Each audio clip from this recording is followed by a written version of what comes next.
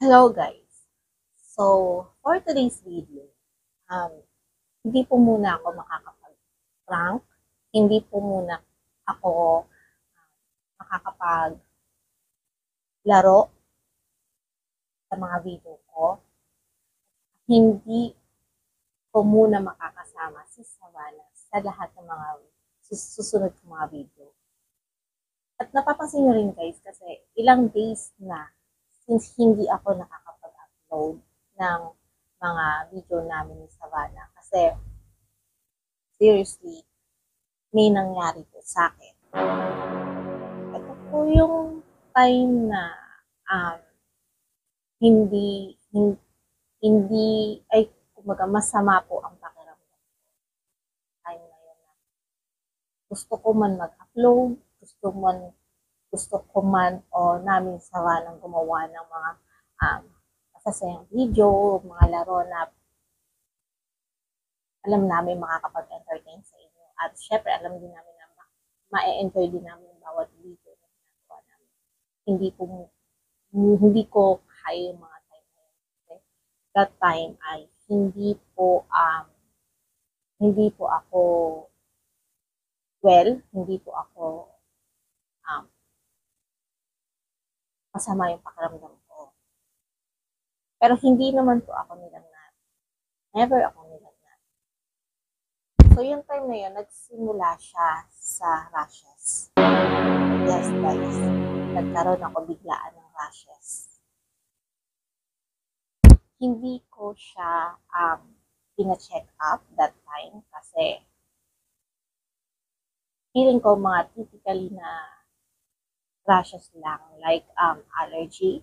Kasi sometimes may mga allergy ako na bigla-biglaan lumalabas.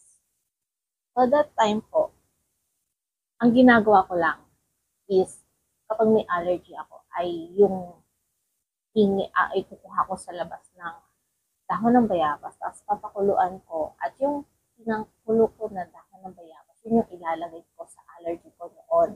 Effective naman siya noon. Kaya yung mga time na yun ay ginawa ko ulit yun kasi akala ko ordinary rashes lang siya or allergy. Kaya ginawa ko. Pero after nyan, parang nag-worse siya. Kumbaga, mas dumami yung rashes. Tapos mas sumakit. Masakit siya. Kaya sabi ko parang, ay, iba na to. Parang hindi na to ordinary yung rashes. So, biglang sumagi sa isipan ko na magpa-check up sa isang dermatologist. So, ang dami niyang mga tanong sa akin. Ganyan. Tapos, chinek niya yung rashes ko. Nagkaroon kasi ako ng rashes dito sa aking right leg. Right leg lang talaga siya. Hindi siya sa buong katawan. Kundi, mabuti na lang talaga nakatago yung rashes ko saan ako nagkaroon. Nakatago talaga. Talagang tinago. Hindi sa mukha, hindi sa balikat, hindi sa braso. Hindi talaga nakatago talaga siya dito sa may right leg. So, yun na nga chinek ng doktor. Ngayon, syempre, alam naman natin na mayroong mga impacts ngayon. So, chinek siya ng doktor at ito ang sabi ng doktor.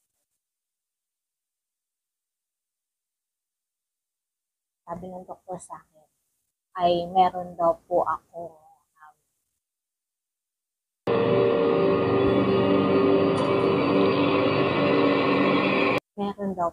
shingles. Ang shingles po, hindi ko po alam kung ito yung tamang pronunciation ng shingles, pero ang basa ko po doon ay shingles at yun din ang pagkakarinig ko sa doktor na nagsabi sa akin. Pinaliwanag sa akin ng doktor ko ano ibig sabihin ng shingles. Ito ay isang parang virus na nakukuha na after mong magkaroon ng chicken pox o buluto ng mga kabataan mo is after mo gumaling is may maiiwan pa palang virus sa loob ng katawan mo. So sa akin, may naiwang virus kasi nagkabulutong ako. Matagal na yun, bata pa ako noon. Hindi ko pa natatandaan yun. Kaya, may naiwang bulot, may naiwang virus doon sa katawan ko after ko magkaroon ng bulot. Wait lang.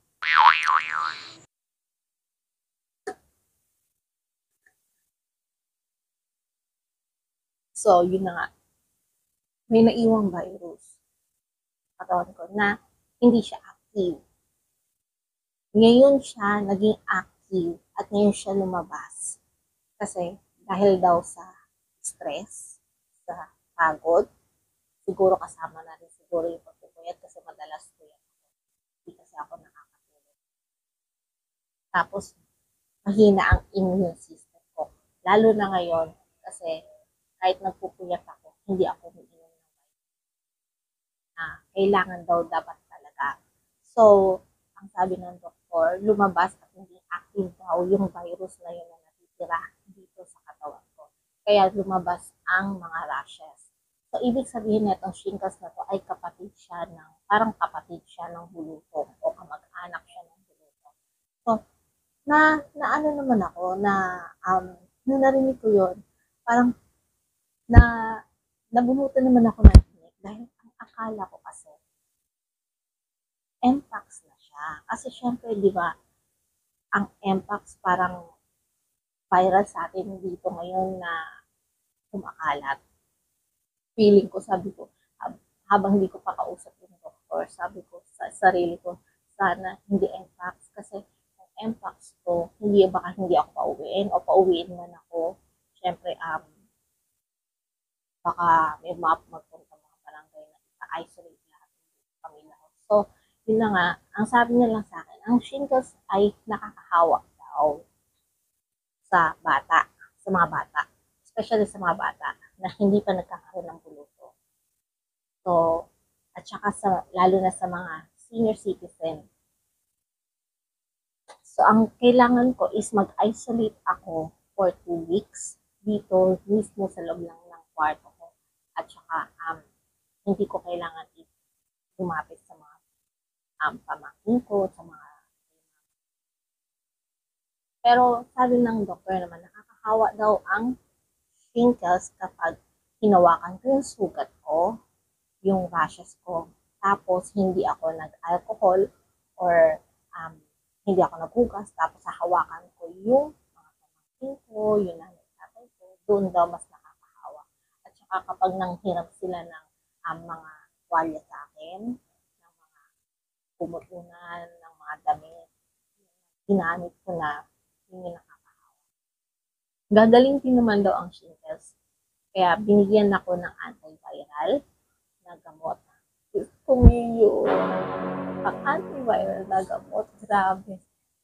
Grabe. Ang antiviral na gamot na to ay, kala ko, mura lang. Ngayon, nagtanong ako sa drugstore. Ang kailangan ko kasing antiviral na binigay ng doktor sa akin is 1,000 mg. Walang 1,000 mg sa mga drugstore. Nakailang drugstore na ako nagtanong at saka nagtanong na rin ako ng murang antiviral na antibiotic. Ngayon, wala talaga siyang mura.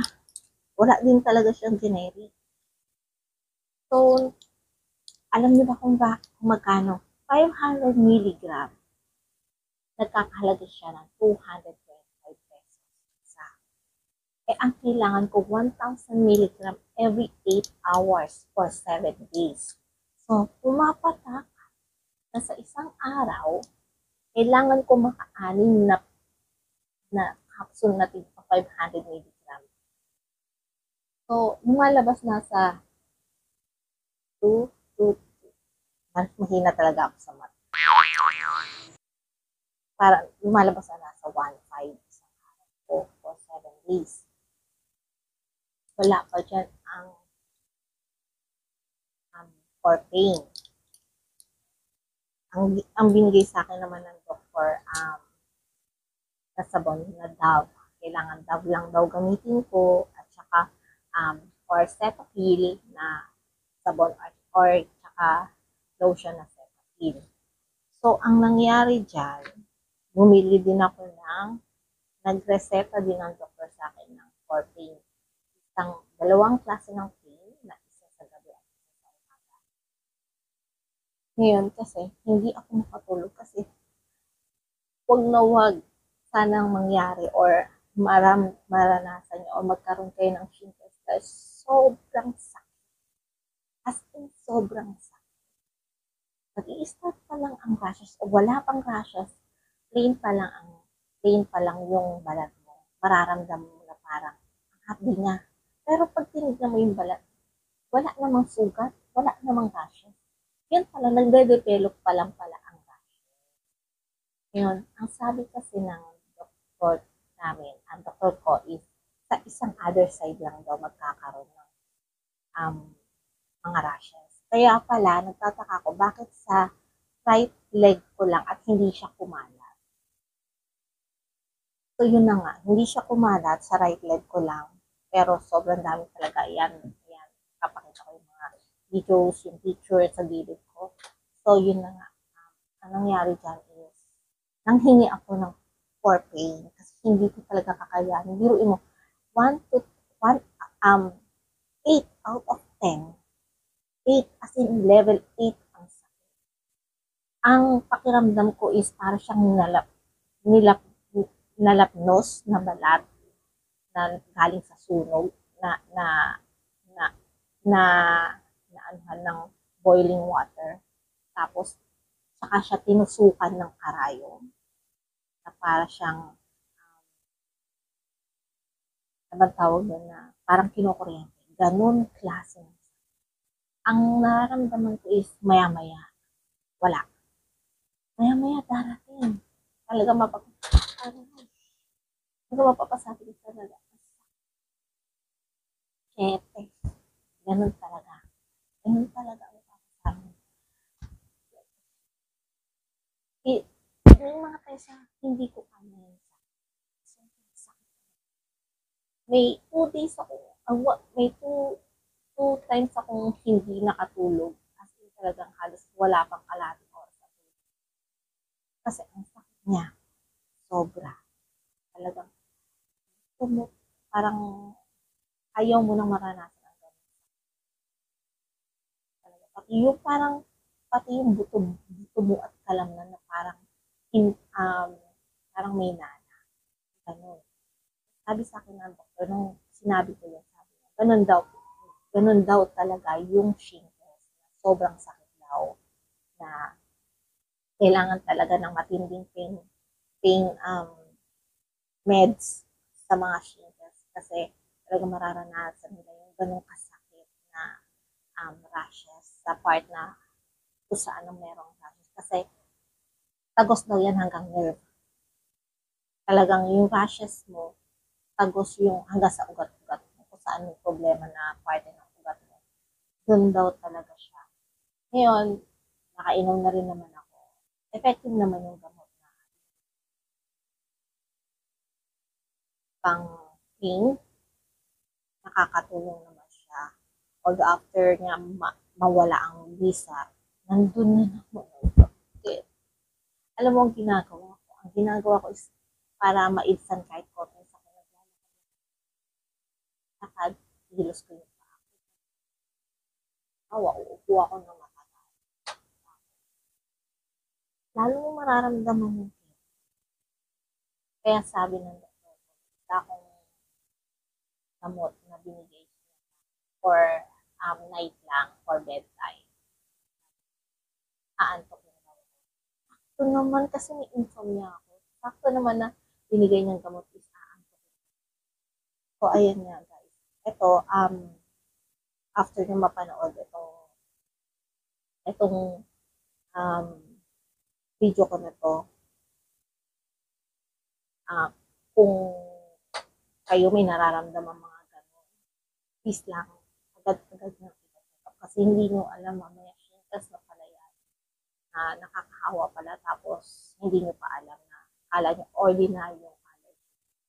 Kaya, huwag nyo nang palalain. Kasi, syempre nakakahawa pa ng kapwa natin nasa loob ng bahay.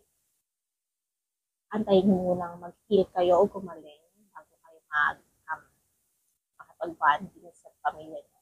So, yan na nga guys. Yung problema ko, yun yung naging problema ko. Tagal kong hindi nag-upload ng video. Yun na nga guys, sana gumaling na. Tapos, eto, naka-isolate lang ako dito sa kwarto ko. Dinadalhan lang ako ni mama ni papa ng pagkain ko, ganyan. Siyempre, pag CCR ako, may dala akong alcohol para every time na kung ano yung hihipuan ko or ano yung